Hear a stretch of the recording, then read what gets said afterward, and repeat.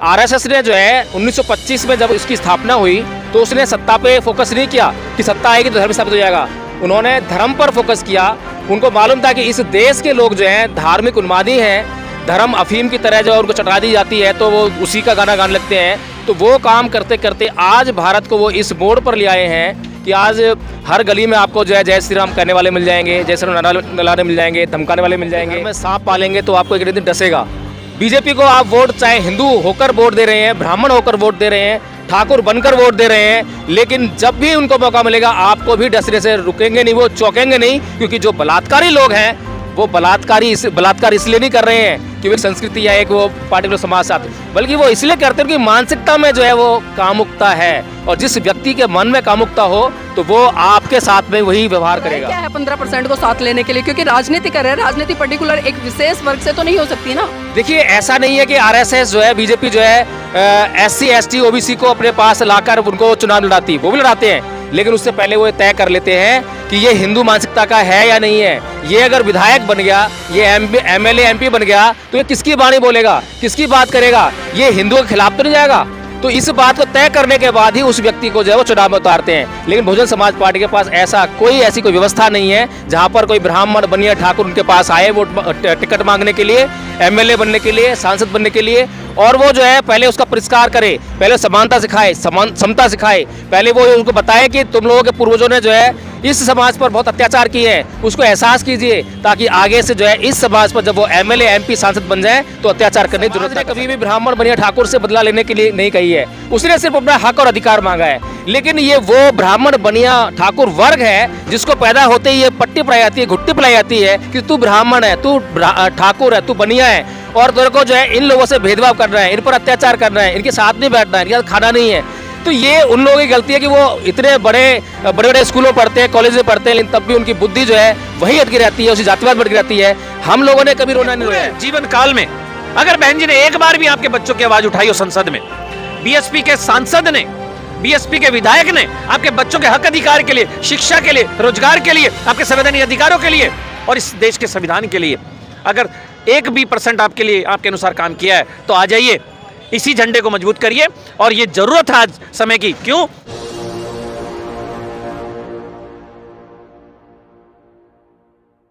नमस्कार, आप देख रहे हैं बहुजन मीडिया। साथियों, आज आदरणीय बहन कुमारी मायावती जी का 68वां जन्मदिन बड़ी धूमधाम से मनाया गया। लेकिन आज एक लगातार सवाल उठ रहा है कि 2024 के चुनाव हैं और जो बहुजन राजनीति है आखिर किस दिशा में बैठेगी। तो आज मेरे साथ में श्याम भंडारी जी, जो कि राजस्थान में लगातार बसपा पार्टी में सक्रिय रूप से काम करते हैं, कई उच्च पदों पर रह चुके हैं। मेरे साथ में एडवोकेट जय भीम प्रकाश जी भी हैं, जो कि उत्तर पश्चिमी लोकसभा दिल्ली में प्रभारी भी रहे। तो इन दोनों ही लोगों से मैं जानने का प्रयास करूंगी कि 2024 में जो बहुजन राजनीति आखिर वो किस कर पर बैठेगी। श्याम जी, 2024 के चुनाव है, क्या लग रहा है? देखिए ऐसा है, ये लोकतंत्र है और जब हम वोट की बात करते हैं तो जिधर जनता बैठेगी उधर ऊंट बैठेगा, इसमें तो दो राय है नहीं है। अब सोचना ये है कि ऊंट को बिठाना किस तरफ है। अगर मैं 5 किलो राशन में खुश हूँ तो ऊंट भुखमरी की तरफ बैठेगा, आलस की तरफ बैठेगा, मुफ्तखोरी में बैठेगा। और अगर मैं मेरे बच्चों के भविष्य को देखता हूँ, मैं अपने संवैधानिक अधिकारों की बात करता हूँ और मैं इस देश की अखंडता के लिए, इस देश के राष्ट्र प्रेम की तरफ देखता हूँ, तो फिर मुझे समझ में आता है कि बहुजन समाज पार्टी इस देश की तीसरी राष्ट्रीय पार्टी है और यही पार्टी है जो आपको पार्षद जिताती है, सांसद जिताती है, विधायक जिताती है, CM बनाती है और यही PM बना सकती है। लेकिन सर, पिछले कई सालों से हम लगातार देख रहे हैं जो बसपा का ग्राफ है वो लगातार नीचे जा रहा है। तो क्या लगता है इस तरह से जो ग्राफ नीचे है, क्या उम्मीद है कि कोई नई दिशा का एक आगाज होगा या जो बसपा पार्टी है वो अच्छा प्रदर्शन कर पाएगी? जी बिल्कुल होगा। आज के माध्यम से ही कह देता हूँ, आज आप सोशल मीडिया उठा के देखिए, सिर्फ बहन जी नजर आ रही है और तो कोई नजर नहीं आ रहा। आज तो जन्मदिन है ना सर उनका। मैं ये कह रहा हूँ ना, जब जन्मदिन है और जन्मदिन पर सभी लोगों ने शपथ भी लिया और हम लोगों ने भी इस बात को कहा है, मैं आपके चैनल के माध्यम से पहले भी कह चुका हूँ, आज भी कह रहा हूँ कि जहाँ तक मेरी आवाज़ पहुँचती हो, जहाँ तक ये चैनल सुना जा रहा है, देखा जा रहा है, मैं आपसे एक रिक्वेस्ट करता हूँ कि बहन जी के पूरे जीवन काल में अगर बहन जी ने एक बार भी आपके बच्चों की आवाज़ उठाई हो संसद में, BSP के सांसद ने, BSP के विधायक ने आपके बच्चों के हक अधिकार के लिए, शिक्षा के लिए, रोजगार के लिए, आपके संवैधानिक अधिकारों के लिए और इस देश के संविधान के लिए अगर 1% आपके लिए, आपके अनुसार काम किया है तो आ जाइए, इसी झंडे को मजबूत करिए। और ये जरूरत है आज समय की। क्यों? क्योंकि सारे मनवादी एक जगह है।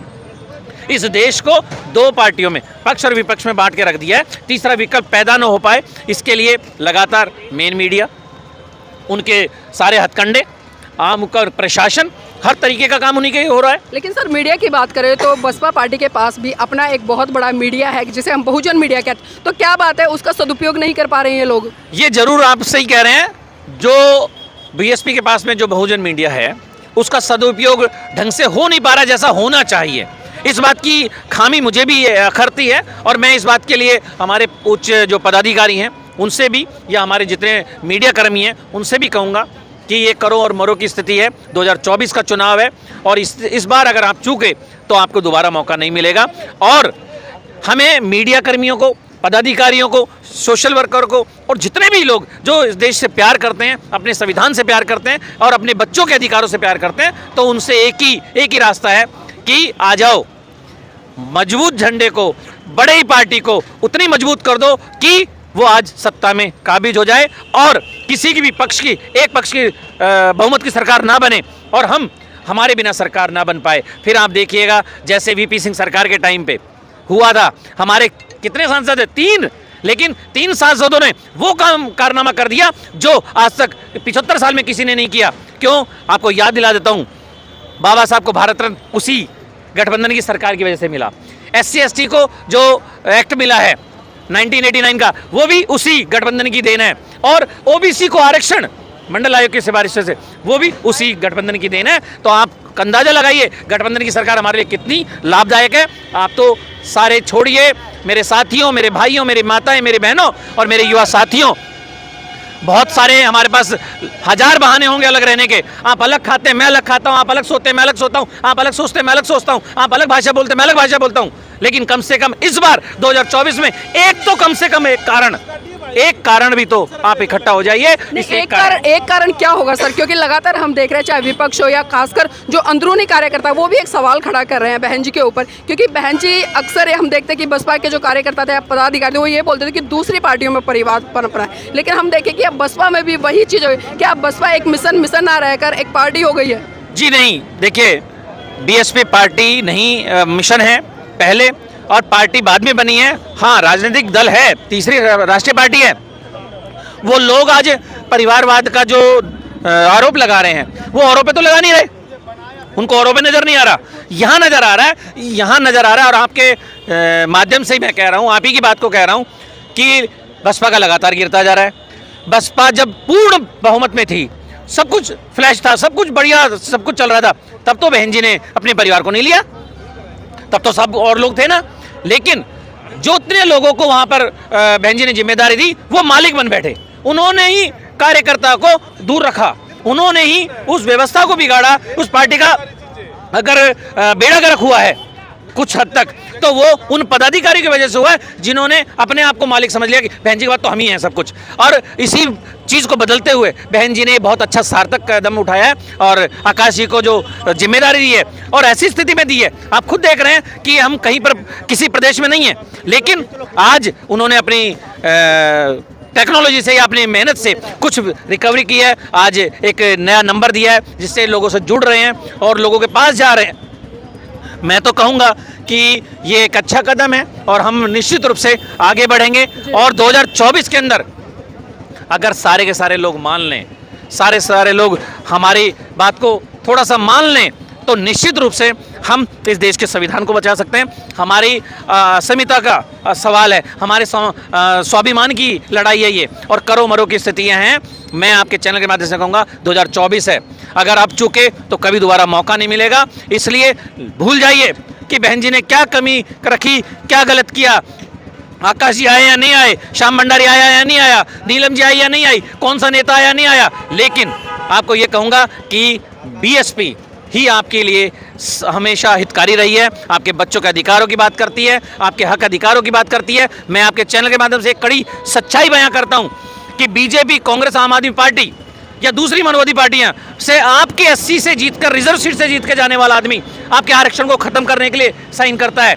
लेकिन आपकी पार्टी से जीतकर, चाहे ब्राह्मण जाए, चाहे बनिया जाए, चाहे कोई भी किसी भी कास्ट का गुजर जाए, किसी भी समाज का जाए, वो आपके बच्चों के अधिकारों की बात करता है, आरक्षण का समर्थन करता है, आपके संवैधानिक अधिकारों की बात करता है और संविधान की बात करता है। इसलिए आपको समझना पड़ेगा कि हम सब लोगों को, जो संख्या में बहुत सारे हैं, राम को मानने वाले भी ना मानने वाले भी, सारे के सारे लोग इस बार अगर इस देश का भला चाहते हैं, इस देश को गृह युद्ध से बचाना चाहते हैं, इस देश के टुकड़ों से बचाना चाहते हैं और इस देश के संविधान को बचाना चाहते हैं, अपने बच्चों के भविष्य को बचाना चाहते हैं, तो बीएसपी का साथ दें, ज़्यादा से ज़्यादा वोट करें, ज़्यादा से ज़्यादा लोगों से वोट जुड़वाएं और इस पार्टी को सत्ता में शामिल कराएं। मैं बहुत बहुत धन्यवाद कहूंगा आपका कि आपने इतना समय दिया। सर, आप किस तरह से देख रहे हैं, क्योंकि अभी जिस तरह से आकाश आनंद जी को दायित्व सौंपा गया है और कहीं ना कहीं आकाश आनंद जी ने एक टोल फ्री नंबर भी जारी किया है कि पार्टी से जुड़ने के लिए युवा मिस कॉल करें, तो इस नंबर का की सार्थकता क्या रहेगी और किस तरह से सोच रहे हैं इसको? देखिए, सबसे पहली बात तो मैं कहना चाहूँगा कि अभी हमारे पास दूसरा कोई घर नहीं है, तो एकमात्र घर जो है बसपा है और बसपा को ही हमें 2024 के लोकसभा चुनाव में फोकस करना चाहिए। लेकिन इतना कहने मात्र से जो है पार्टी सत्ता में आ जाएगी ज़रूरी नहीं है। मैं ध्यान दिलाना चाहता हूँ उच्च अधिकारियों का, नेतृत्व का जो है, कि जहाँ पर बसपा के उच्च अधिकारी जो है ये बोलते नजर आते हैं कि जब सत्ता आएगी तो धर्म भी स्थापित हो जाएगा, पहले हमें सत्ता चाहिए, हम धर्म स्थापित कर लेंगे। लेकिन आप देखिए कि आरएसएस ने जो है किस पर फोकस किया। आरएसएस ने जो है 1925 में जब उसकी स्थापना हुई तो उसने सत्ता पे फोकस नहीं किया कि सत्ता आएगी तो धर्म स्थापित हो जाएगा, उन्होंने धर्म पर फोकस किया। उनको मालूम था कि इस देश के लोग जो हैं धार्मिक उन्मादी हैं, धर्म अफीम की तरह जो उनको चटा दी जाती है तो वो उसी का गाना गाने लगते हैं। तो वो काम करते करते आज भारत को वो इस मोड़ पर ले आए हैं कि आज हर गली में आपको जो है जय श्री राम कहने वाले मिल जाएंगे, जय श्री राम नलाने मिल जाएंगे, धमकाने वाले मिल जाएंगे। तो ये हमें समझ लेना पड़ेगा। और बहन जी ने जो है अपने जो उन्होंने कदम उठाया, जब बहुजन समाज पार्टी का नारा था बहुजन हिताय बहुजन सुखाय, जब उस नारे को बदल कर उन्होंने कर दिया सर्वजन हिताय सर्वजन सुखाय, तो उसी में इस बात की तय हुआ था इस बात का कि जो आरएसएस की जो नीति थी वो ठीक थी। क्योंकि बहन जी जो है अब ये कहना चाह रही हैं सर्वजन हिताय सर्वजन सुखाय के माध्यम से कि जो 15% लोग हैं वो महत्वपूर्ण हो गए हैं। और 15% लोग जो महत्वपूर्ण क्यों हो गए हैं, 85% लोग जो कहाँ गए? अगर आपको अपने 85% पर भरोसा होता, अगर आपको लगता कि हाँ आपकी संख्या 85% है, तो आप लगातार जो है उसी 85% में काम करते रहते और एक दिन वो आता जब आपको 85% जो आपको स्थायी तौर पर जो सत्ता देता। लेकिन सर, बुराई क्या है 15% को साथ लेने के लिए, क्योंकि राजनीति कर रहे हैं, राजनीति पर्टिकुलर एक विशेष वर्ग से तो नहीं हो सकती ना। देखिए, ऐसा नहीं है कि आरएसएस जो है बीजेपी जो है SC ST OBC को अपने पास लाकर उनको चुनाव लड़ाती, वो भी लड़ाते हैं, लेकिन उससे पहले वो तय कर लेते हैं कि ये हिंदू मानसिकता का है या नहीं है। ये अगर विधायक बन गया, ये MLA MP बन गया, तो ये किसकी वाणी बोलेगा, किसकी बात करेगा? ये हिंदुओं के खिलाफ तो नहीं जाएगा।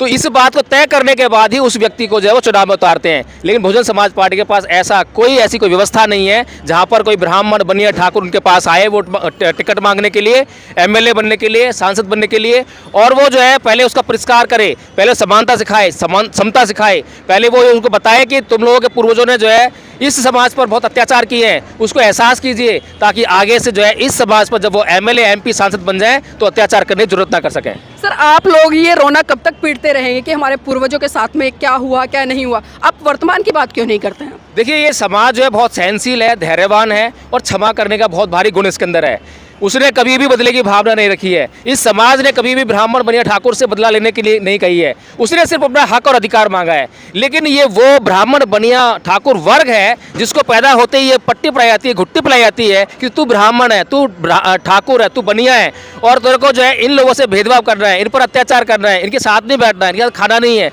तो ये उन लोगों की गलती है कि वो इतने बड़े स्कूलों में पढ़ते हैं, कॉलेज में पढ़ते हैं, लेकिन तब भी उनकी बुद्धि जो है वही अटकी रहती है, उसी जातिवाद में अटकी रहती है। हम लोगों ने कभी रोना नहीं रोया है। बहुजन समाज के लोगों ने कभी इस बात का बदला लेने कभी किसी को नहीं कही है कि हमारे पूर्वज तुमने अत्याचार किए हैं, तुम्हारे पूर्वज ने अत्याचार किए हैं तो हम तुम पर अत्याचार करेंगे, ऐसा कभी नहीं कहा। अगर ऐसा क्या होता तो बाबा साहब डॉक्टर भीमराव अम्बेडकर जब संविधान लिख रहे थे तो उसमें जो है इन लोगों के लिए ऐसे प्रावधान कर देते, ऐसी बातें वहाँ करते कि इनसे जब बदला लेने की बात आती। लेकिन उन्होंने जो है आरक्षण की व्यवस्था जो है कुछ समय के लिए की, जब तक के लिए की जब तक कि ये अपने पैरों पर खड़े हो जाएं। तो इससे ये साबित होता है नीलम जी कि ये लोग जो है जो बहुजन समाज है ये कभी भी जो है दूसरों पर अत्याचार करने की बात नहीं करता, बदला लेने की बात नहीं करता, बल्कि अपने हक और अधिकार मांगने की बात करता है। सर, 2024 का चुनाव, उसके लिए एक सार्थक संदेश क्या देना चाहें, खासकर बहुजन समाज से आने वाले लोगों के लिए? देखिए, मैं सिर्फ एक ही संदेश देना चाहूँगा कि बहुजन समाज पार्टी का जो उद्देश्य है, जो उसका मोटो है, वो है समतामूलक समाज की स्थापना करना।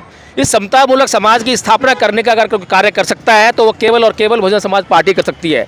जो भी इस देश में रहने वाले लोग हैं, अगर उनकी इस देश के संविधान में आस्था है, अगर उनकी इस देश की जो राष्ट्रभक्ति है, देशभक्ति है, अगर वो समझते हैं कि हाँ हम देशभक्त हैं, तो वो इस बात का निर्णय करें कि कौन सी पार्टी जो है उसकी विचारधारा क्या है। जहाँ भाजपा की जो विचारधारा है वो हिंदुत्व पर आधारित है, जहाँ सपा की जो विचारधारा है वो दूसरी है, जहाँ कांग्रेस की विचारधारा है वो अवसरवादी है, इसी प्रकार से अगर बहुजन समाज पार्टी की विचारधारा की बात करें तो समतावादी है, यानी कि वो सभी को साथ लेकर चलने वाली पार्टी है। उस पार्टी के अंदर सबसे बड़ी बात यह है कि जब सत्ता में आती है तो सबके लिए काम करती है, लेकिन जब भाजपा सत्ता में आती है तो केवल हिंदुओं के लिए काम करती है, राम मंदिर बनाती है और राम सेतु को ज़मीन से निकालने के बाहर काम करती है, और बौद्धों के जो ज़मीन में गड़े हुए अवशेष हैं जब वो बाहर निकलते हैं उनको दबाने का काम करती है, उनको खंडर बनाने का काम करती है। तो जो बदला लेने की जो संस्कृति है, जो अत्याचार करने की संस्कृति है, जो शोषण करने की संस्कृति है, वो बीजेपी वालों के लिए है। और जो मैं एक बात बता दूं, आप जो है अगर आप अपने घर में सांप पालेंगे तो आपको एक दिन डसेगा। बीजेपी को आप वोट चाहे हिंदू होकर वोट दे रहे हैं, ब्राह्मण होकर वोट दे रहे हैं, ठाकुर बनकर वोट दे रहे हैं, लेकिन जब भी उनको मौका मिलेगा आपको भी डसने से रुकेंगे नहीं, वो चौंकेंगे नहीं, क्योंकि जो बलात्कारी लोग हैं वो बलात्कार इसलिए नहीं कर रहे हैं कि वो संस्कृति या एक वो पार्टिकुलर समाज साथ, बल्कि वो इसलिए करते हैं कि मानसिकता में जो है वो कामुकता है, और जिस व्यक्ति के मन में कामुकता हो तो वो आपके साथ में वही व्यवहार करेगा।